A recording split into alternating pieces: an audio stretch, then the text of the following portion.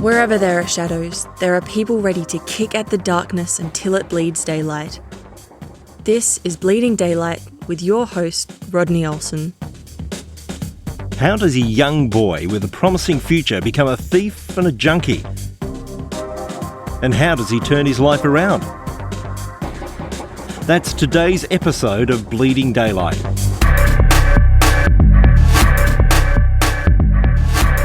Jacob Hill was a straight-A student with a dream of winning Olympic gold, but his life took a number of unexpected turns, including crime, drug addiction, and coming very close to death. Some would say it's a miracle that Jacob is alive today. How did such a talented young man fall so far, and how did his life turn around? Today he's a husband, father, author, and pastor. Jacob is my guest for this episode of Bleeding Daylight. Welcome. Hey, thanks so much for having me, Rodney. I want to get to know the eager young boy who had such an amazing life stretched out ahead of him. Tell me about those early years. Oh gosh, I just probably my biggest memory, or the sort of the overarching sort of feeling like I carry from my childhood is, like you said, eager. Like I loved life, and life was good, and my parents were amazing, and I was taught that I could do anything, and the results I was producing were showing it, and I just had such a confidence that whatever I put my hand to, I was going to succeed at. And so I just was so excited for life and so excited for the future. So your studies were going well, and you're also excelling at sport. Yeah, so it didn't start out good in school. Like I look back, it was probably like ADD or dyslexia or something. I remember like every single recess I'd be kept in to finish work off, and homework was a nightmare. But then at some point it sort of clicked, and I ended up finishing primary school with straight A's pretty much. And then high school on a sports scholarship. It was like champion of athletics right through school.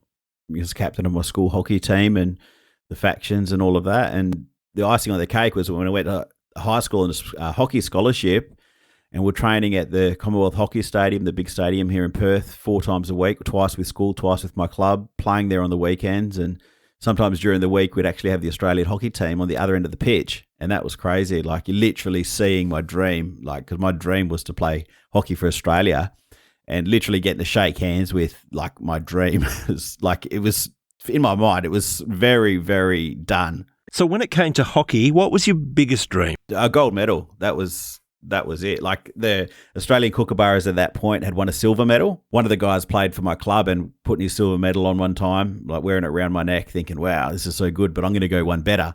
And that literally was everything. And there was really no doubt in your mind at that stage that was going to happen? No, not a fraction of doubt. So how could all of that come crashing down? You're in high school, your grades are good, you're rising through the ranks at a rather elite level of playing hockey. How did all that begin to unwind? So at all about the same time, my parents separated, and I developed a disease in my knees. So within a couple of months, the rug was pulled out from under me, and I just did not know where I was, who I was, where I belonged. Everything I dreamt about was just gone, and I didn't have a backup plan. My identity was really busted up from my dad leaving, because I just sort of thought if he really loved us, he wouldn't have left us. And then I sort of, just a little kid, 13, really just got the message I wasn't worth loving. And then all of the other stuff I'd gotten validation for my whole life, that was gone as well. Because I was never like a real social kid. I had plenty of friends and stuff, but that was mostly, I think, because of sport, because I was a little bit socially awkward, and as much as I tried to put on a confident front, always pretty shy, and I totally lost, man, like just totally lost. So in the middle of this, your family's starting to fall apart, and you've lost your dream of representing your country and winning Olympic gold. That also means that hockey teammates that had become your closest friends are all gone as well. Everything's falling away beneath you. My mates were all guys I trained with and played with. All of a sudden, I couldn't play anymore. I could barely walk for a while. I remember just the pain trying to get upstairs and stuff, because I had this growing disease in my knees. Really, I felt very, very alone, and found myself trying to work out where did I fit in, who, like with my dad, I was always felt like someone's looking out for me, someone sort of keeping me in line a bit, someone's believing in me. And then with my mates, always, felt that camaraderie, that real team spirit sort of thing. You get the validation that you get playing sport, team sport. And I just lost both sides of, I guess, the people that gave me a lot of my identity. And I just really started to look for that. I was like, and I wouldn't have been able to tell you that as a 13-year-old kid, but looking back retrospectively, that's what I can really see. That's what I was doing. And that's why I actually settled hanging out with people who were really living a risky lifestyle that I did not agree with. I just wanted to belong. Like my brother was hanging out with these guys that started smoking pot. They were doing graffiti and petty crime, like break and enters and stuff like that. Man, I just wanted to belong, I think. Yeah, and I was pretty prepared to do anything to fit in. Tell us about your family. Did you know that things weren't great between your parents? Was there any inkling that their marriage was breaking down? And you've mentioned your older brother. Were they just the two siblings? No, at that time, there was my parents, my older brother, who's just a year older than me, and a younger brother who's 3 years younger. So all around that time, I'm just starting high school, sorry. So I'm sort of the end of first year, start of second year. My brother's in the same school. He was in the same hockey program. My parents had been, I knew that they were separating. So all around that time, we were blindsided one time with the conversation, but that was first before the knees. But before that, my dad was amazing. He'd take us camping all the time, fishing every weekend. He was at every single game of mine, take me to practice, would take us skateboarding and surfing and make sure we do our homework. And it just, could barely fault the guys on that side of things. And I really felt like betrayed by him going. The only reason he could have possibly left, the only rationale I could dig up in my sort of 13-year-old mind is that he really didn't care about us. It really, really rocked the foundation of what I'd believed about everything in life, who I was, who we were as a family, my Christian faith, because I was brought up in church. It really just scuttled me. You mentioned that your older brother had already started mixing with the wrong crowd, and it was around that time that you started dabbling in drugs yourself. Your brother's only a year older than you, so you're still both very young. How did the connections into that kind of world begin? Yeah, so I actually don't really know how he started to get involved, whether that was around the time my parents separated. Looking back, actually, I'd say that's what's happened. And so he started hanging out with these guys. So he would have been 13, 14 at that point. And then I've sort of joined in with them when I was 13.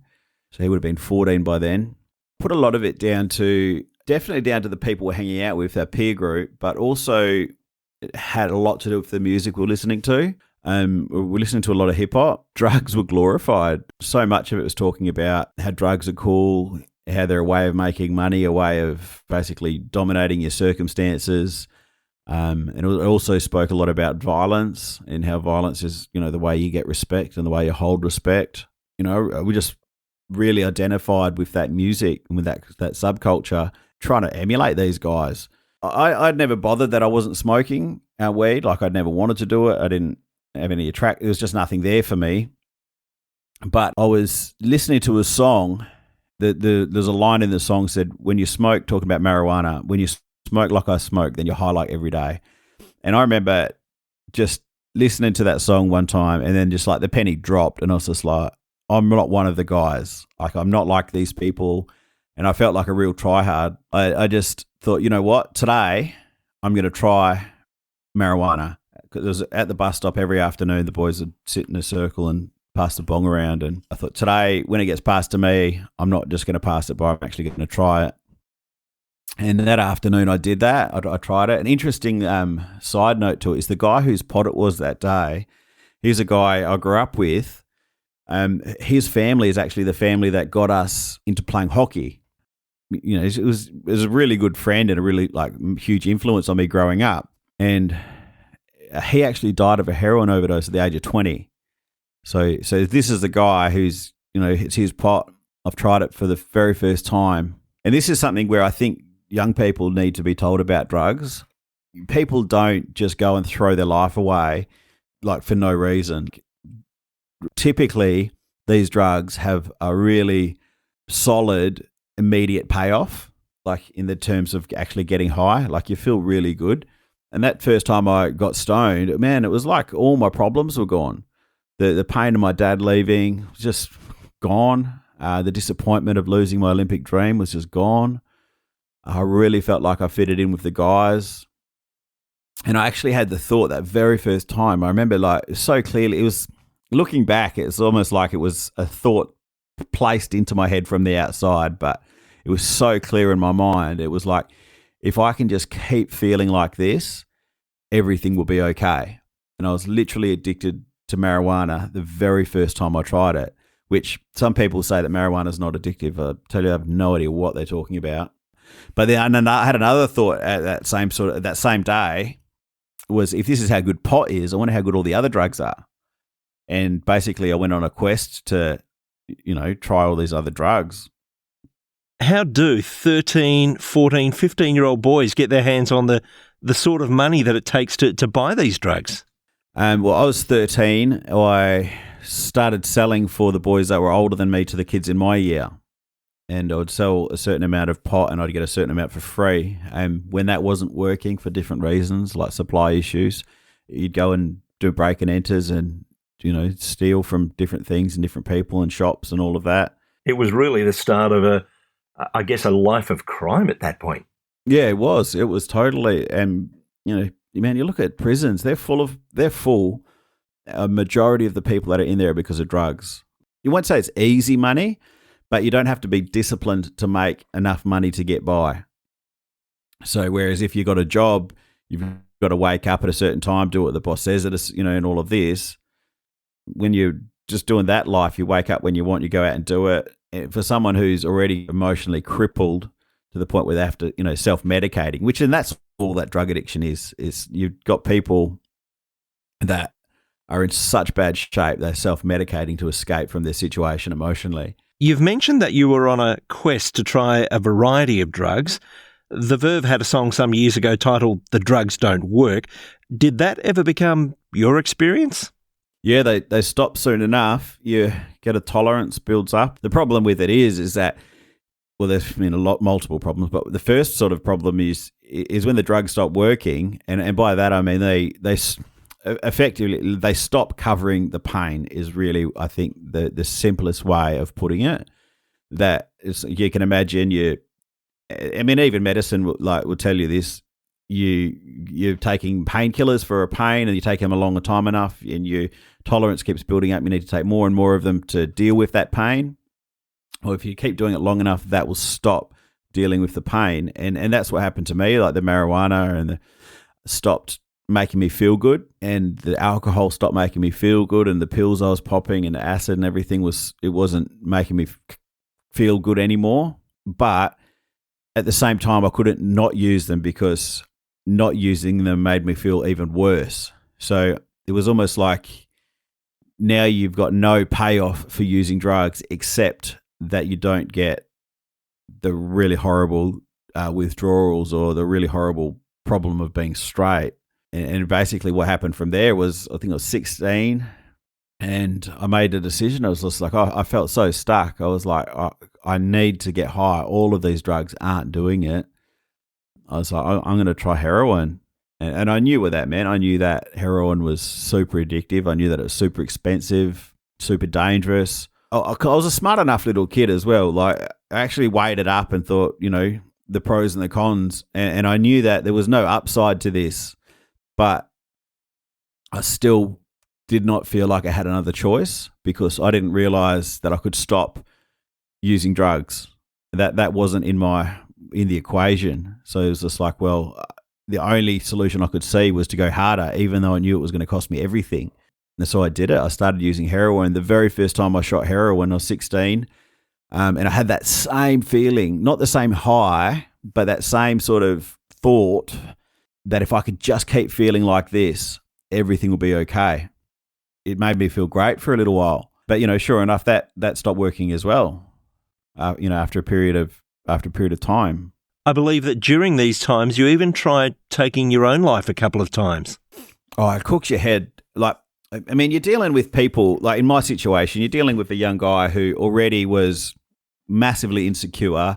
Any drive I had was gone. I saw no hope for the future. I'd ruined so many opportunities. I dropped out of school. You just look at some of the logical stuff.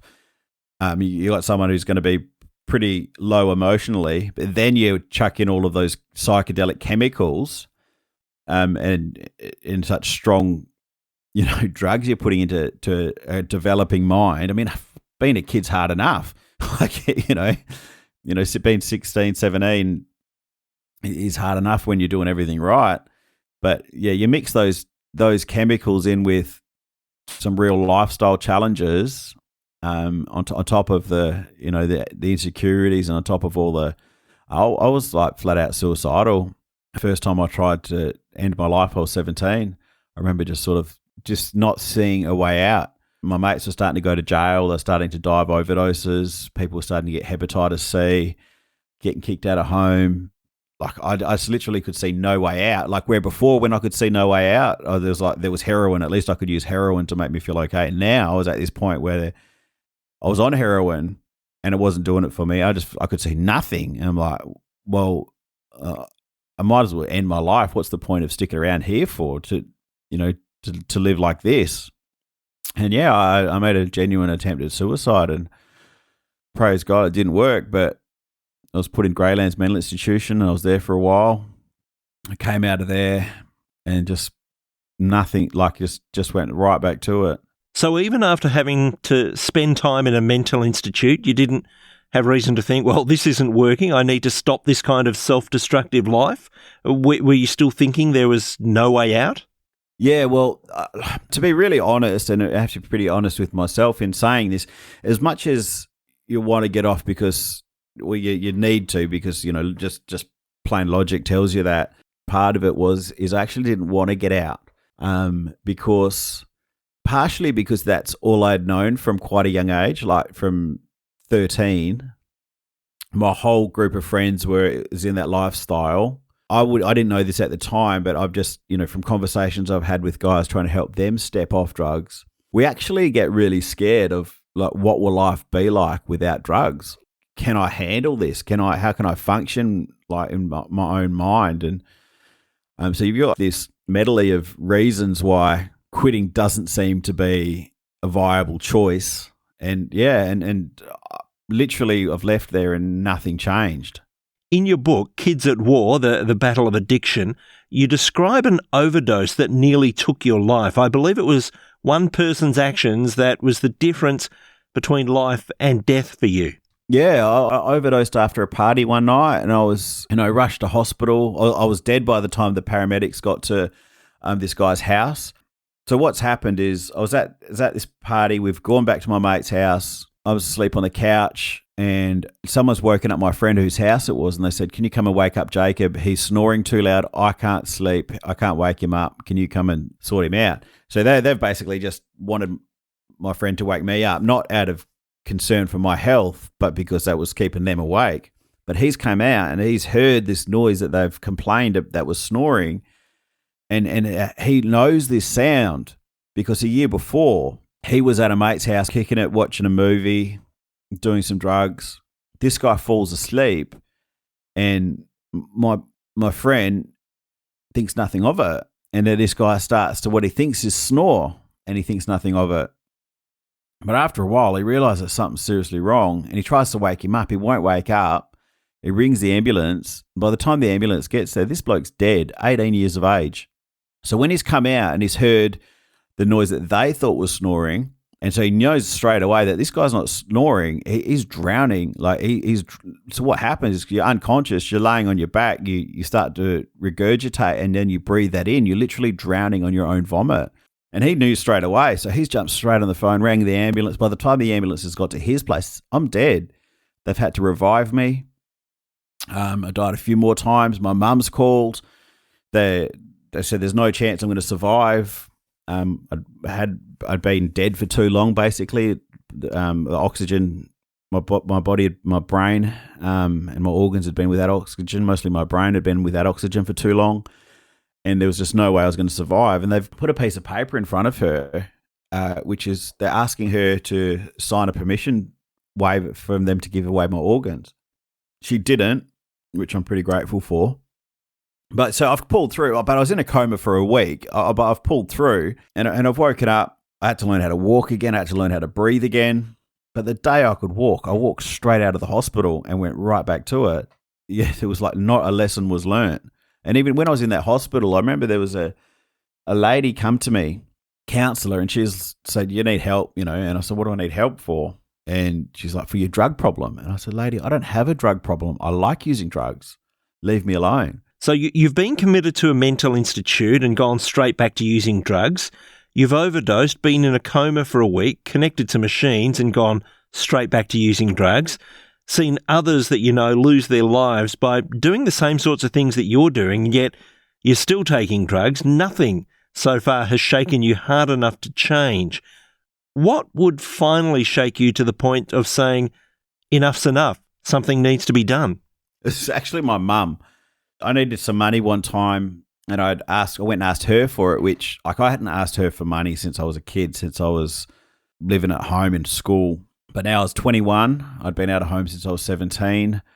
And for some reason, I've gone and asked her for the money. She's told me that she doesn't want to talk to me again until I'm in rehab. And I've thought, well, rehab doesn't work. Once a junkie, always a junkie.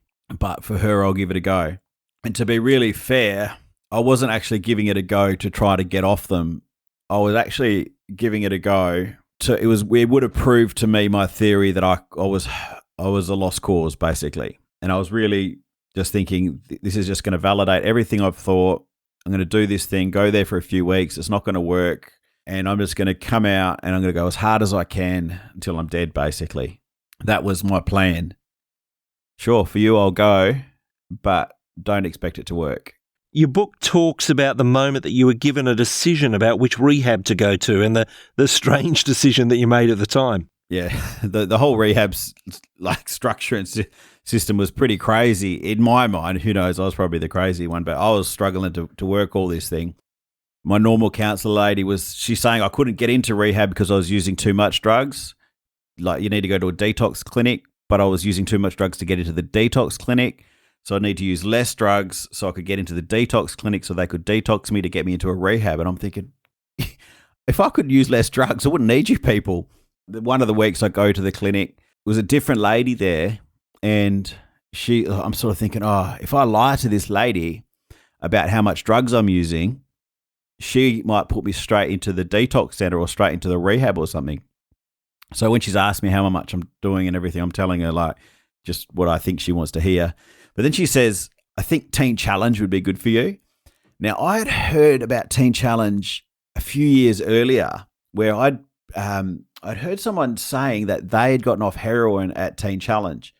And I remember at the time just thinking, what a pile of rubbish. But I do remember him saying that they met God at Teen Challenge and God had helped them get off heroin. And I remember just bad-mouthing them in public, while they were saying it. But this lady said Teen Challenge, and I instantly remembered this. And then I'm like, are you a Christian? Are you trying to push God on me? She's like, no, we'll find you somewhere else. But then there was like that little split microsecond between, are you trying to push God on me, and her saying, no. It was in that little moment. I remember so clearly. Just like everything slowed down, got quiet for a minute. I had a little conversation inside my head with God, and it was just like, man, this chick had talked about a miracle, like about God helping her get off heroin. And if that happened, that was a miracle. And I was thinking, the only way this is going to happen is a miracle, because I didn't even want to stop using. As much as I hated the life, and it was all I knew. And I remember in that little split second just saying to God, I said, God, if you're real, you can make me stop wanting to use drugs. And I said, if you do that, I will serve you for the rest of my life. She's like, no, we'll find you somewhere else. I'm like, no, give me the God place. And she's like, no, we'll find you somewhere else. I'm like, lady, give me the God place. And I don't remember much from there but I was a couple of months later, ended up down at Teen Challenge, and the fun really started. I understand you were picked up by a young guy who you thought fitted all the Christian stereotypes. Good Christian boy. Yeah, so I know this is a Christian place. I'm like all prepared for a bit of God stuff. And this little Vietnamese guy, he's the one that collects me it's a 10-hour bus ride, Rodney. So he comes out, he collects me from the bus. he was so clean cut. Look, he just was like a church boy looking kid. And I'm just like, oh my goodness. I remember just feeling so hopeless at that point. I was like, this guy looks like he's never even had Panadol. And just thinking, how can he help me? But then I got talking with him. And he was into the same stuff I'd been into. He'd been through the gangs and dealing heroin and, all sorts of nasty business.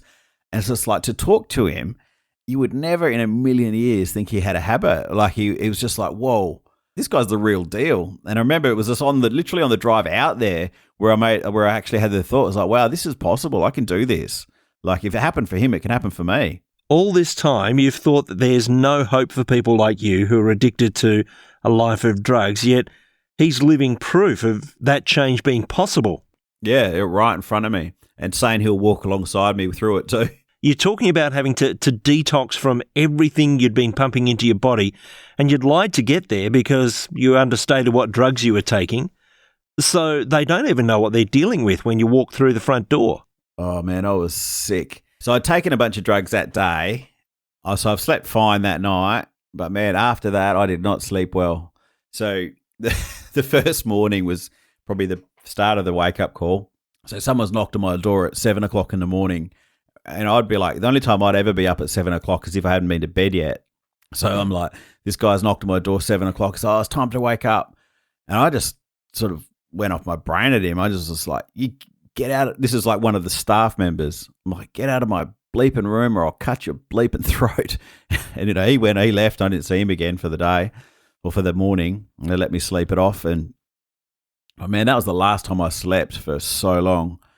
I remember for that first couple of weeks, just so sick, Rodney. Like, man, like there would be times where I'd literally fall to the ground.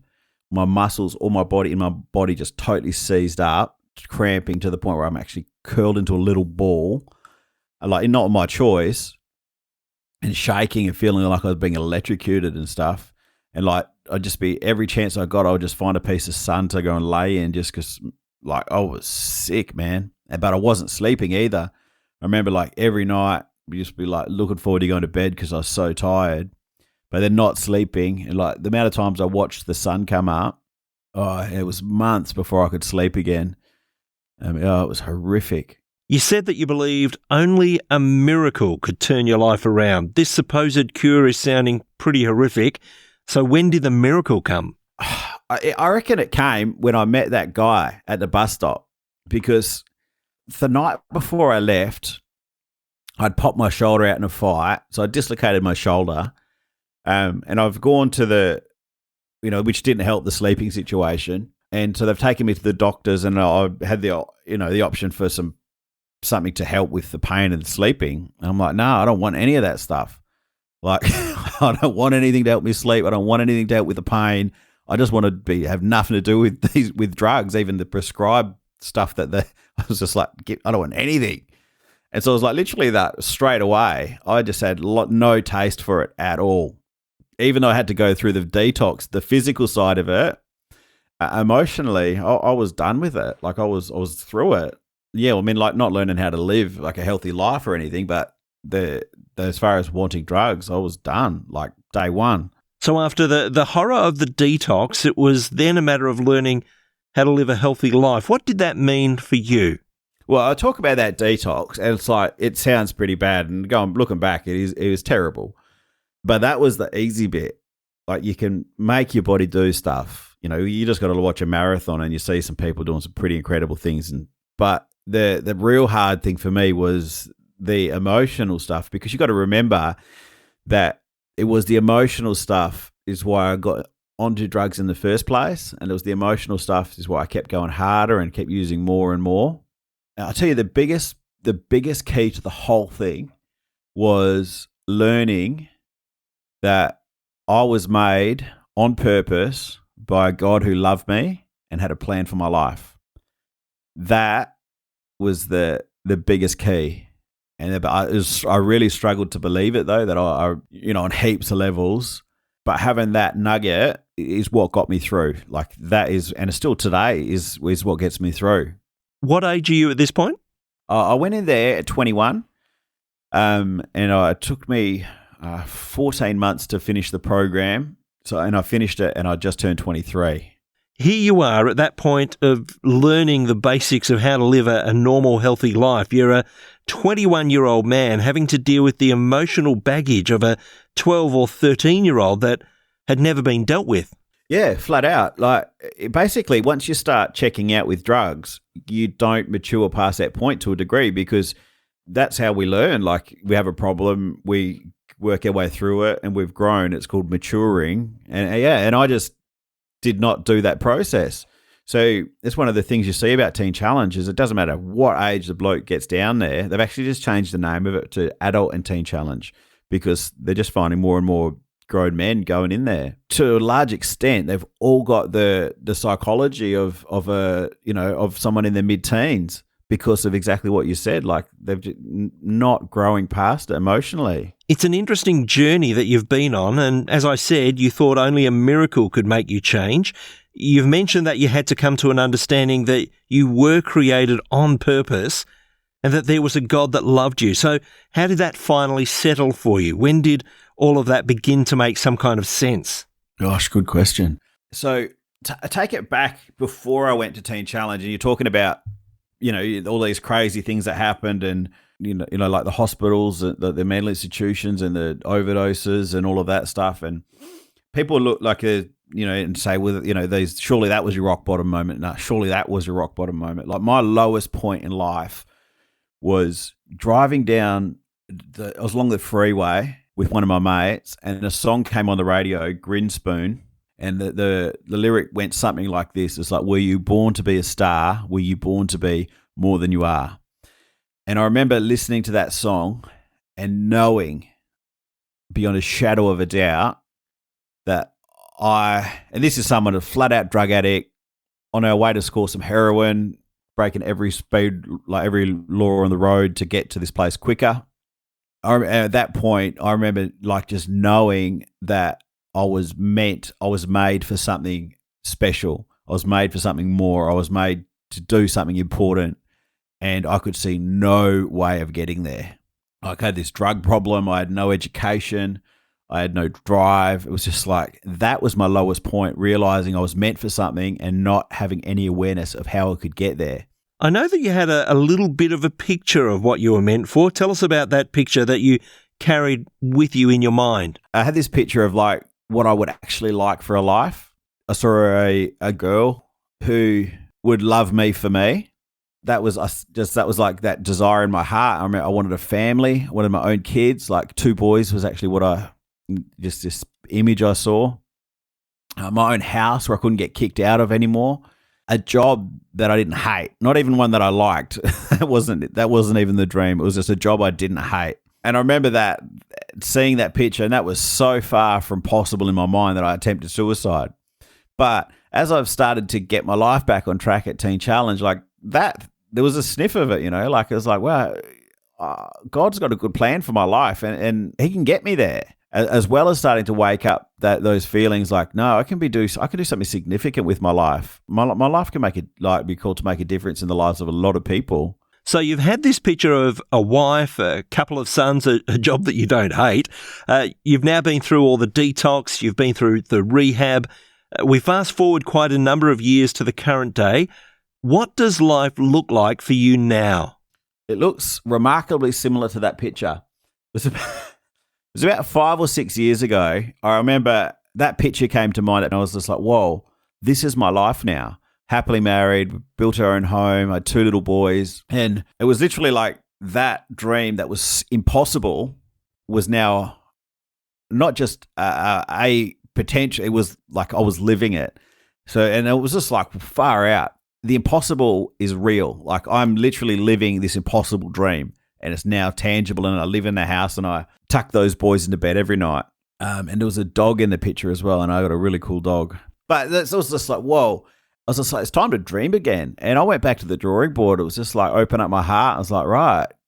Like, I know that I wasn't just created to have my 2.4 kids and my own little piece of Australia. I was like, I am created to do amazing things. And I went back to the drawing board. And at that time, I was pastoring a church. The church we're we're still pastoring now. But as a young guy, it was literally my dream job. Forget about a job I didn't hate. It was like my dream job. And I, just dreamt again and put a few more things on paper. And then God sort of added some surprises to it. We had a beautiful little girl.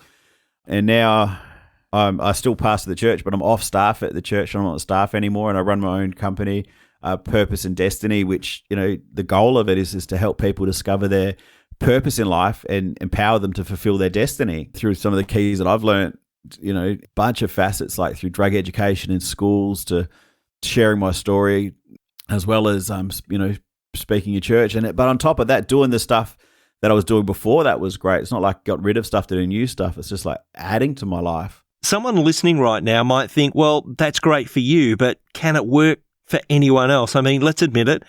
You had seen maybe one or two people who'd been able to kick heroin, but you didn't really believe that was possible, especially for you.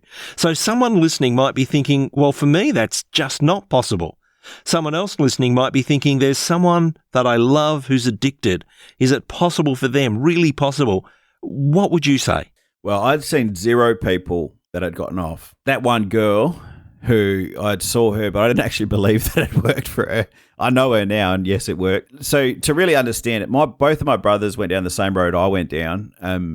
My little brother, he started using, the first time he was busted selling drugs, he was like 9 or 10 years old. They both ended up heroin addicts as well.